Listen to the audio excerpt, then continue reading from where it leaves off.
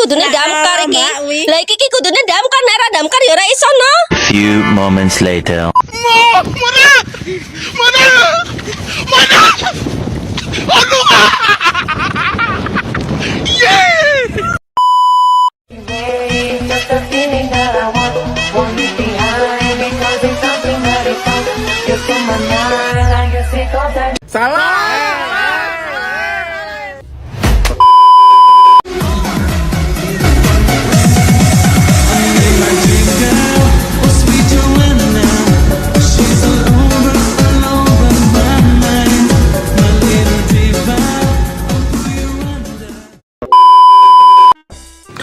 Assalamualaikum warahmatullahi wabarakatuh.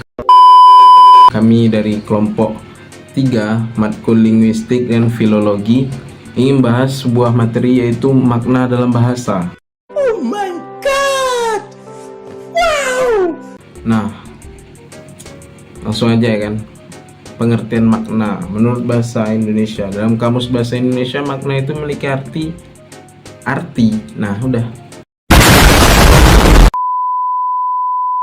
Makna itu sama dengan arti. Itu yang pertama. Baru yang kedua itu maksud dari pembicara. Nah, tiga. Udah itu yang ketiga juga pengertian dari sebuah bahasa. Nah, gitu dia. Itu makna tuh. Makna dalam bahasa. Bisa juga sih disebut pertautan dalam unsur-unsur bahasa itu sendiri.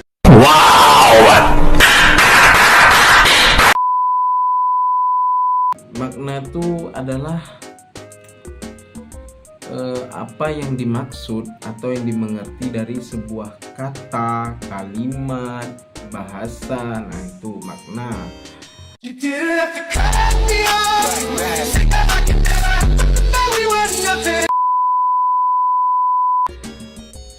Jadi dia bisa berarti makna ini bisa berarti konkret dan abstrak. Contohnya misalkan kayak gini ya kan. Contohnya buku. Buku itu kan kalau dimaknai konkret itu kan ya sebuah benda yang dia terbuat dari kertas, isinya untuk membaca, kayak gunanya untuk membaca. Udah itu ya mungkin untuk menaruh catatan. Itu kalau dimaknain secara konkret ya. Tapi beda lagi kalau buku itu digunakan dalam sebuah kalimat, si dia membuka buku baru dalam hidupnya. Nah, itu kan bisa abstrak tuh artinya tuh kan, ya kan? Ya enggak? Ya. Macam tak betul je budak ni. Nah, jadi kalau kayak gitu kan mungkin artinya bisa, maknanya itu bisa oh, si dia mau membuka kehidupan baru, ingin memulai kehidupan baru gitu. Entah itu pengalaman baru bisa juga, ilmu baru bisa juga. Nah, gitu dia. Ya, itu sih pengertian dari makna ya kan. A few moments later. Nanti ada lagi jenis-jenis makna. Nah, di sini yang aku jelasin itu aja. Nanti disambung sama rekanku ya. A few moments later.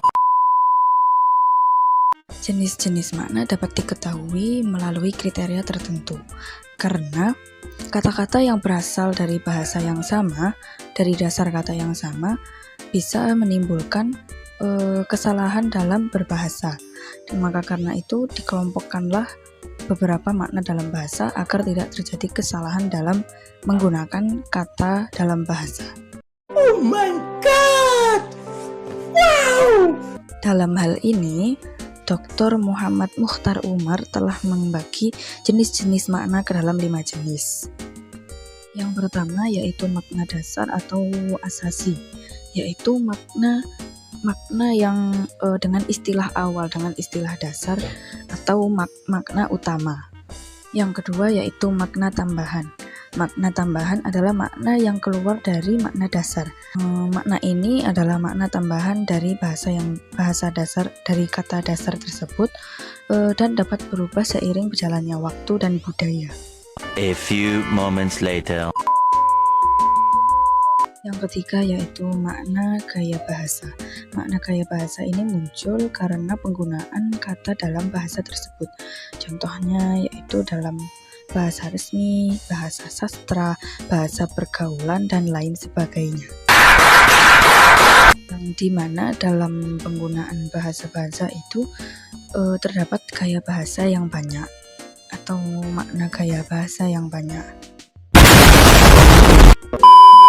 Yang keempat yaitu makna nafsi, yaitu makna objektif di mana makna ini digunakan oleh seseorang saja atau biasa disebut makna pribadi.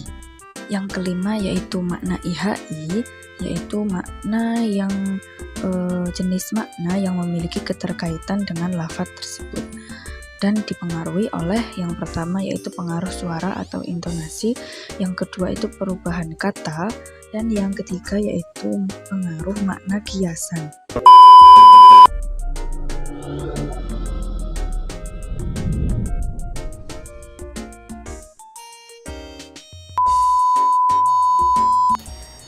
Baik, saya Siti Melisa Hafifah dengan nomor NIM 23105030300102. Di sini saya akan menjelaskan mengenai perubahan makna.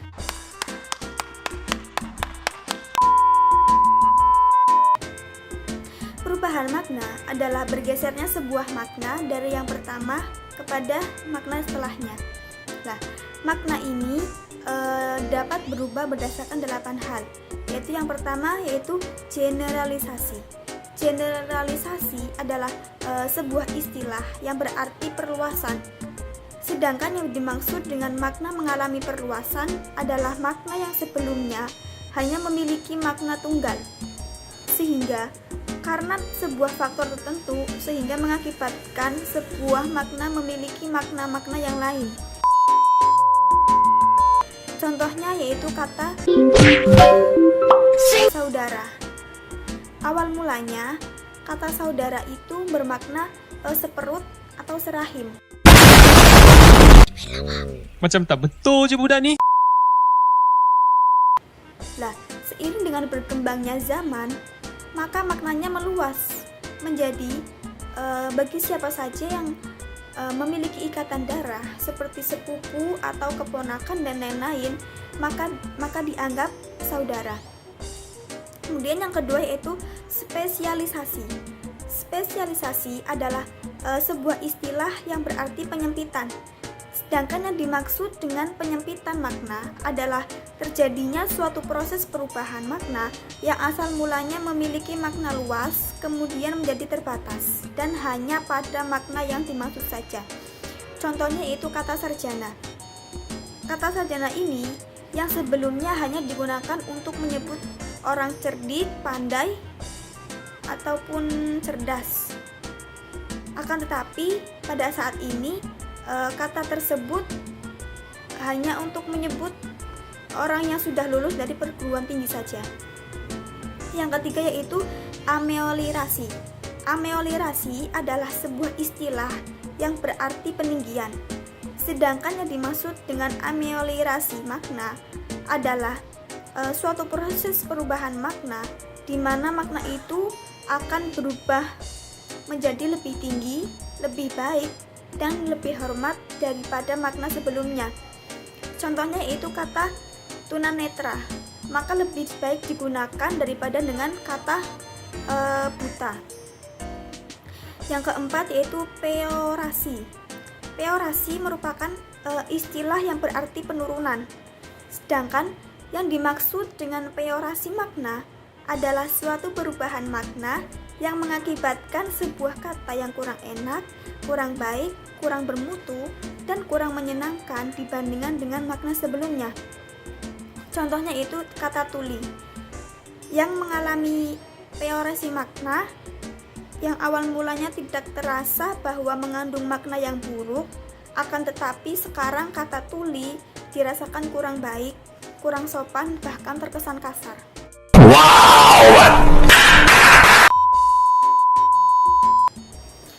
Yang kelima yaitu sinestesia.